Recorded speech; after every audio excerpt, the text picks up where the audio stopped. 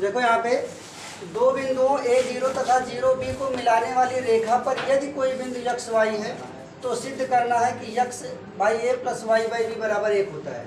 तो यहाँ पे देखो एक तो आपका ये x अक्ष होता है और दूसरा क्या होता है y अक्ष होता है। मान लो ये x अक्ष पे कितनी दूरी काटे a दूरी, तो इस वाले पॉइंट का जो निर्देशांक होगा मतलब a0 होगा, और इस वाले पॉइंट का मान लो b दूरी पे है तो कितना होगा 0 और b होगा।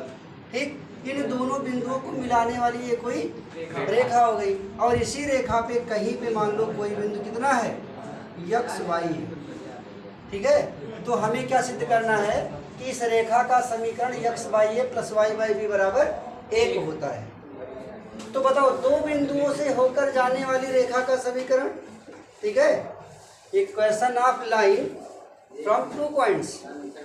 फॉर्मूला क्या होता है, दो बिंदुओं से होकर जाने वाली रेखा का समीकरण y माइनस वाई वन बराबर y2 minus Y one, x2 minus x1 और x माइनस x1, ये फार्मूला होता है। ठीक, अब देखो एक है आपका x1, दूसरा है y1, ये है x2 और ये है y2। तो ये हो गया y माइनस वाई वन की जगह क्या रखोगे b रखोगे, फिर y2 की जगह 0, y1 की जगह b, x2 की जगह पे a और x1 की जगह पे 0, फिर x1 की जगह पे a, सॉरी x1 की जगह पे क्या है a है, 0 है। ठीक है, इतनी बात समझ में आई। ये x1 y1 है, ये x2 y2 है, तो यहाँ से ये सारी वैल्यूज जो है इस फार्मूले पे रख दी गई। क्लियर। अब देखो क्या करोगे, ये y माइनस बी हो गया, यहाँ से देखो कितना बचा माइनस बी बाई ए, और ये x बचेगा। अब यहाँ पे क्रॉस मल्टीप्लाई करो, a का y में करोगे ए वाई माइनस ए बी और बराबर माइनस बी एक्स होगा। अब क्या करना है, इस बी एक्स को इधर ले आओ तो प्लस हो जाएगा ना, तो ये बी एक्स हो गया और ये प्लस ए वाई हो गया, और इस ए बी को अगर हम बराबर की उस पार भेज दें, ठीक है, तो प्लस में ए बी नहीं हो जाएगा।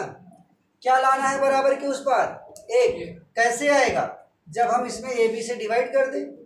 यहाँ एक कैसे आएगा, जब ए बी से डिवाइड करोगे तभी तो आएगा। ठीक है, तो हम इसको लिख सकते हैं, या बी एक्स के नीचे ए बी लिख दिया मैंने, और ए वाई के नीचे भी ए बी लिख दिया, और ए बी के नीचे भी ए बी लिख दिया गया, क्योंकि यहाँ वन लाना है। वन कैसे आएगा, जब हम सब के नीचे ए बी लिख देंगे तभी तो आएगा। ए बी से ए बी कट गया, बी से बी कट गया, और ए से ए कट गया, बचा गया x by A plus y by B और बराबर ए। ये प्रूव हो गया। बताओ बातें समझ में आई। सिर्फ और सिर्फ दो बिंदु है मेरे पास, और बस केवल एक फार्मूला आपको जानना है कि दो बिंदुओं के बीच का जो समीकरण होता है उसका फार्मूला क्या होता है। तो क्या होता है, y माइनस वाई वन बराबर y2 माइनस वाई वन बटे x2 माइनस x1 और x माइनस x1। इसको लिख लो, ठीक है। इसको आई थिंक मैंने एनसीईआरटी वाली बुक में शायद ये नहीं पढ़ाया होगा, है नहीं होगा। देखो भैया यहाँ पे अगला सवाल देखो, चार बिंदु हैं ए बी सी और डी, ठीक है, और इनके निर्देशांक दिए गए हैं। करना क्या है, कंडीशन भी एक दी गई है कि ए बी सी का जो क्षेत्रफल होगा वो डी बी सी के क्षेत्रफल का 2 गुना है। तो हमें x का मान ज्ञात करना है। तो सबसे पहले एक बनाओ ए बी सी डी। तो ए बी सी डी मतलब चार बिंदुओं से क्या चीज़ बनता है, क्वाड्रिलेटरल बनता है, लेकिन चतुर्भुज बनता है। ठीक है, चलो ये बना दिया गया एक चतुर्भुज ए बी सी और डी। इसका कोऑर्डिनेट यानी कि निर्देशांक 6 3 है, इसका कितना 3 5, इसका 4 और -2, और इसका x और 3x है। ठीक है, अब देखो यहाँ पे ए बी सी बोला है, तो ए बी सी कहाँ पे है भैया, ये देखो एक लाइन ऐसे बनानी पड़ेगी ना, तभी तो आपको ए बी सी मिलेगा। बोलो ए बी सी, ये मिल गया।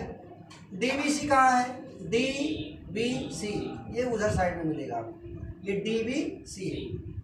एरिया किसका किसका निकालना है आपको, एक बार ए बी सी का निकालना है और एक बार डी बी सी का निकालना है। बताओ, हमने एक दिन बताया था कि त्रिभुज का क्षेत्रफल निकालने के 3 फार्मूले, 3 या 4 फार्मूले होते हैं। यहाँ पे कौन सा यूज करोगे, जब पॉइंट्स दिए होते हैं तो जो त्रिभुज का क्षेत्रफल होता है भैया वो क्या होता है, बोलो 1/2 x1 y2 minus y3 plus x2 y3 minus y1 plus x3 और y1 माइनस y2, यही तो होता है। एक बार किस त्रिभुज की बात हो रही है? ABC की। मतलब ये x1 y1 है, ये x2 y2 है और ये x3 y3। बोलो वैल्यू पुट करो यहाँ पे। x1 की जगह पे क्या रखूंगा? 6, y2 -3, y3 -2, x2 का -3, y3 -2, y1 x3 y1 y2 ये हो गया। अब देखो यहाँ पे ये 1/2 हुआ, 6 के साथ 7 हो जाएगा, यहाँ प्लस माइनस -3 और ये 3 2, ये भी माइनस में 5 हो गया, प्लस 4 के साथ 5 में से 3 गया -2 हो गया, ये हो गया 1/2, 6 7 42, 5 3 15, 4 2 8, ठीक है। अब यहाँ देखो 5 और 2 7, 4 और 1 5, -8। बताओ कितना आएगा? 57 में से 8 माइनस करोगे कितना आएगा? 49। कितना? 49 आया। तो ये जो वैल्यू आई 49/2 आ गई। बताओ एक ट्रायंगल जो हमारा ABC था उसका एरिया कितना आ गया? 1/2 × 49 आ गया। दूसरा निकालेंगे कौन सा? DBC। एरिया DBC 1/2, ठीक है। इसका काम खत्म हो गया।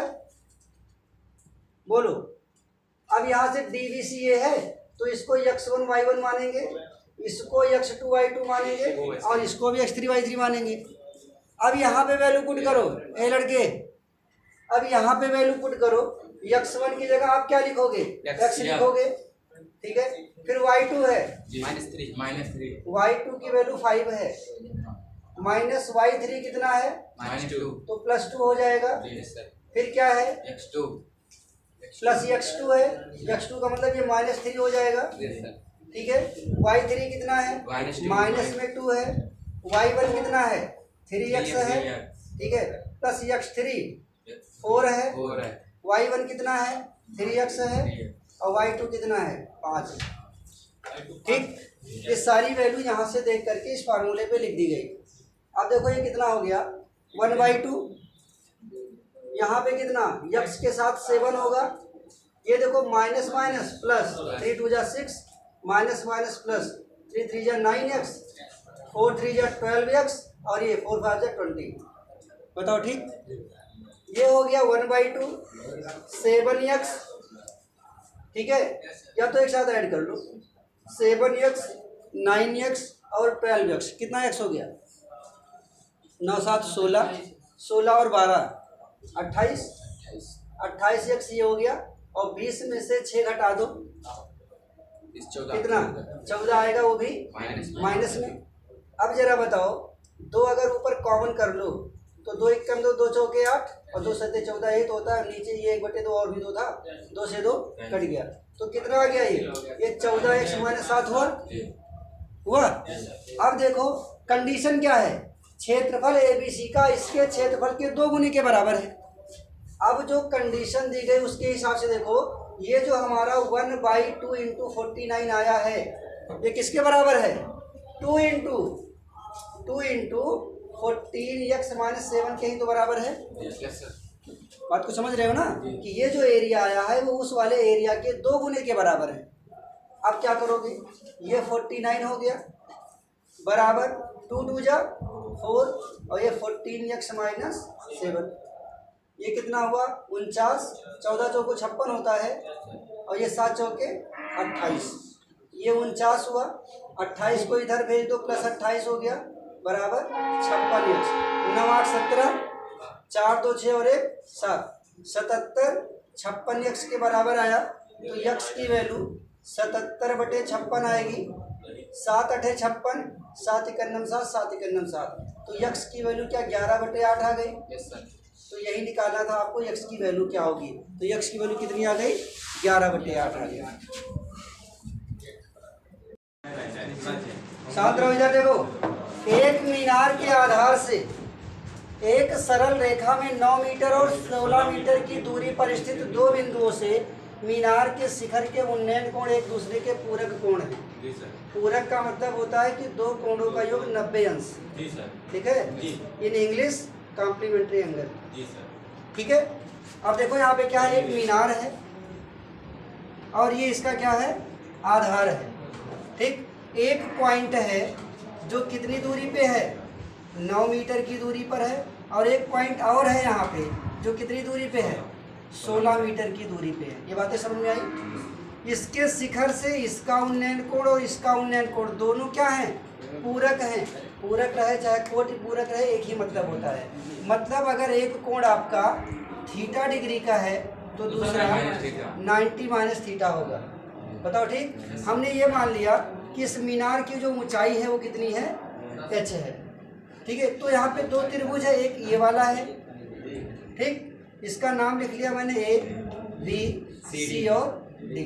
क्लियर हो रहा है? Yes sir. तो सबसे पहले हम लोग किस त्रिभुज की बात करें, ए बी सी की। तो त्रिभुज ए बी सी में अगर हम लोग tan का फार्मूला लगाएं तो tan 90 माइनस थीटा बराबर h/9 होगा। Yes sir. और tan 90 माइनस थीटा का क्या, cot थीटा होता है, और h/9। एक इक्वेशन ये मिल गया। दूसरा त्रिभुज कौन सा है, ए बी डी। दूसरा त्रिभुज कौन सा है, ए बी डी में यहाँ पे भी आप tan थीटा ही तो लगाओगे। यहाँ 90 माइनस थीटा था तो tan के साथ 90 माइनस थीटा लिखा गया, और यहाँ पे tan थीटा ही रहेगा केवल। तो h/ कितना, 16 हो गया।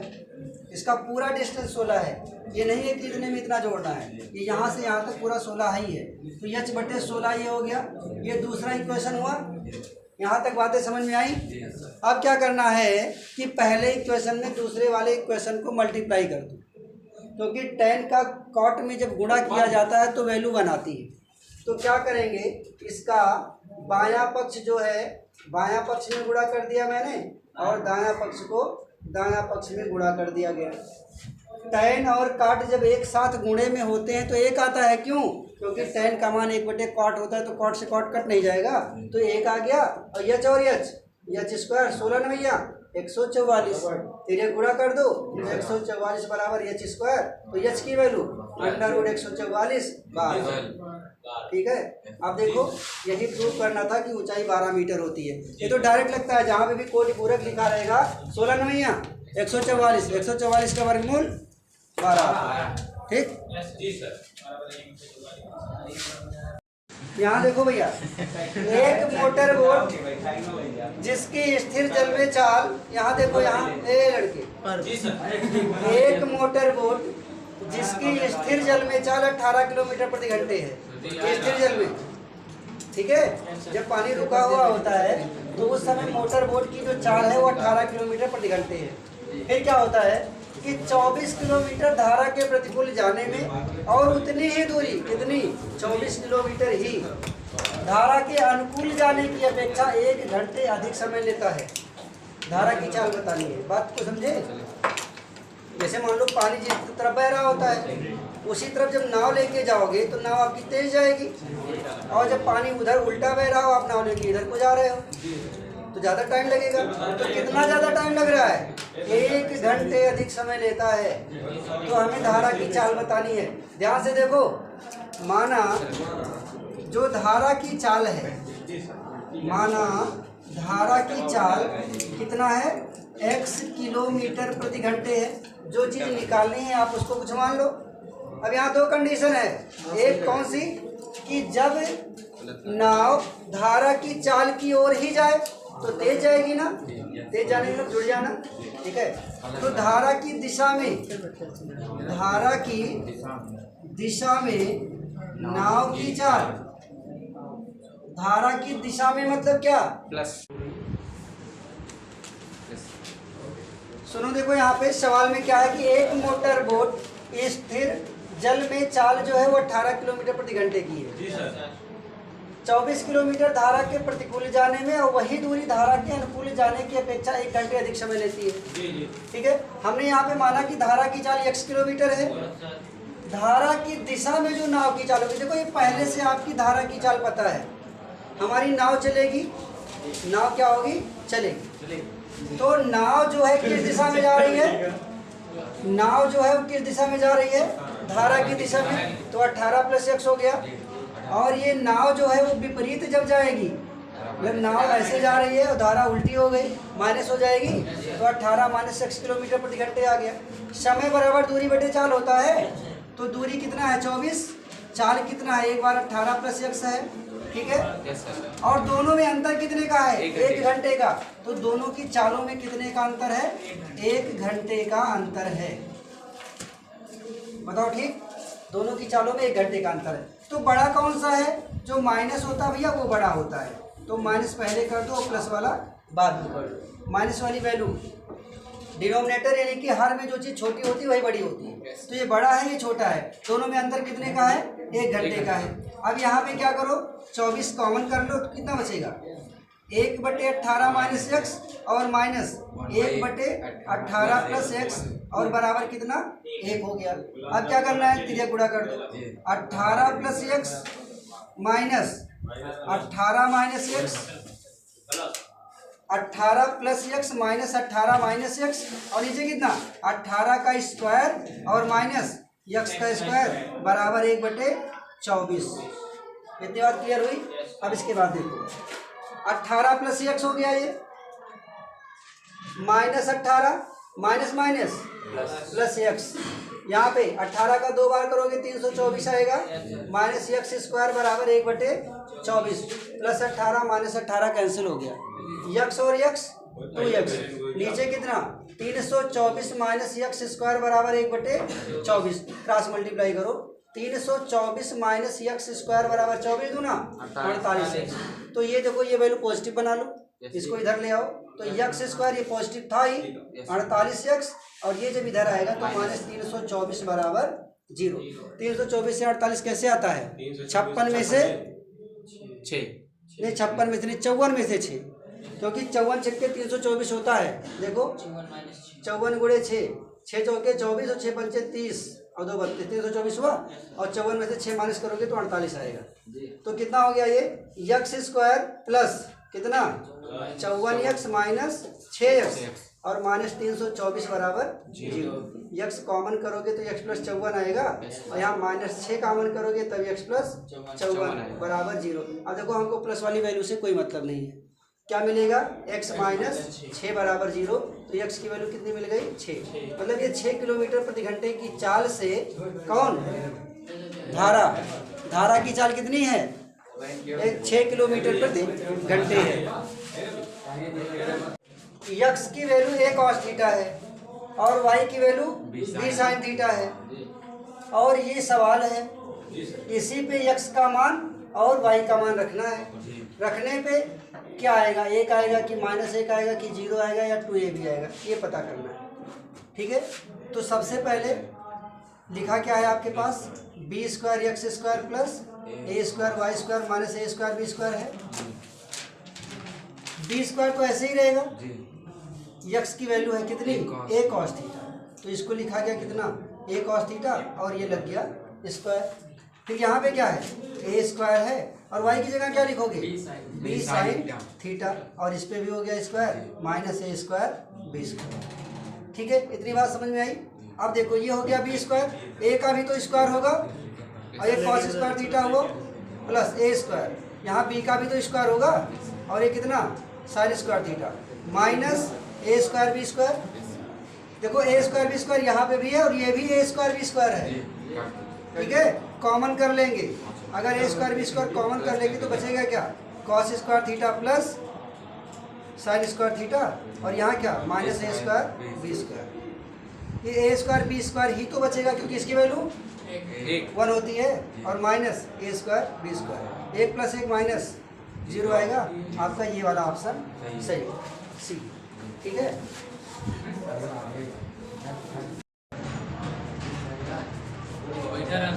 नौ में से 8 का 1 बचा है, 41.9।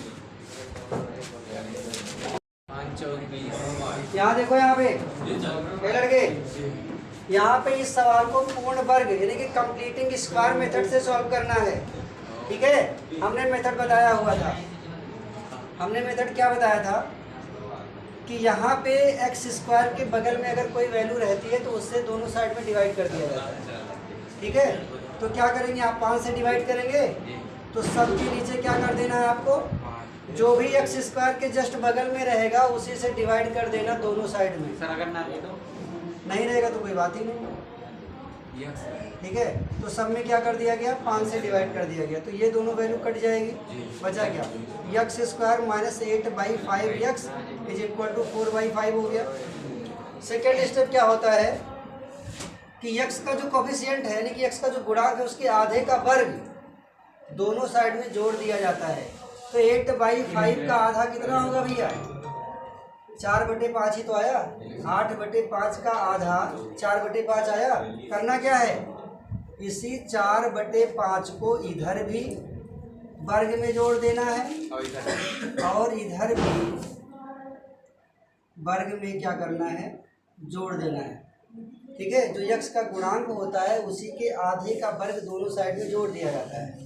अब ये जो बन गया आपका, वो पहले जो लिखा है वो लिख लेना, यहाँ माइनस रहेगा तो माइनस, प्लस रहेगा तो प्लस लिख लेना, और जो लास्ट वाली वैल्यू रहती है इसको लिखने के बाद होल स्क्वायर लगा दो। ये पूरा का पूरा यही लिखा है, a² + b² माइनस 2ab में ये आ जाएगा आपका। तो ये तीनों टर्म मिला के इसके बराबर होगा।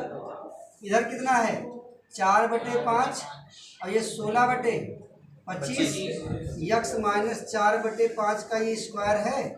25 यहाँ पे एलसीएम ले लो, 5 बचे 5 होगी 20 + 16। ठीक है, अब देखो कितना हो गया, ये यक्स माइनस 4/5 का स्क्वायर, ये कितना 36/25 होगा, ये स्क्वायर लगा है। तो यक्स माइनस 4/5 बराबर plus minus under root 36/25। X minus 4/5 होगा 36 का 25 का, एक बार प्लस लेना है, एक बार आपको यहाँ पे प्लस लेना है और एक बार आपको यहाँ पे माइनस लेना है। तो यक्स बराबर कितना, 6/5 माइनस 4/5, तो यक्स की वैल्यू 2/5 आ गई, और यहाँ से 6/5 और प्लस 4/5। ठीक है, तो यक्स की वैल्यू माइनस में 2/5 होगी। ठीक है, तो यक्स की दो वैल्यू आ गई, 2/5 और -2/5। ठीक है।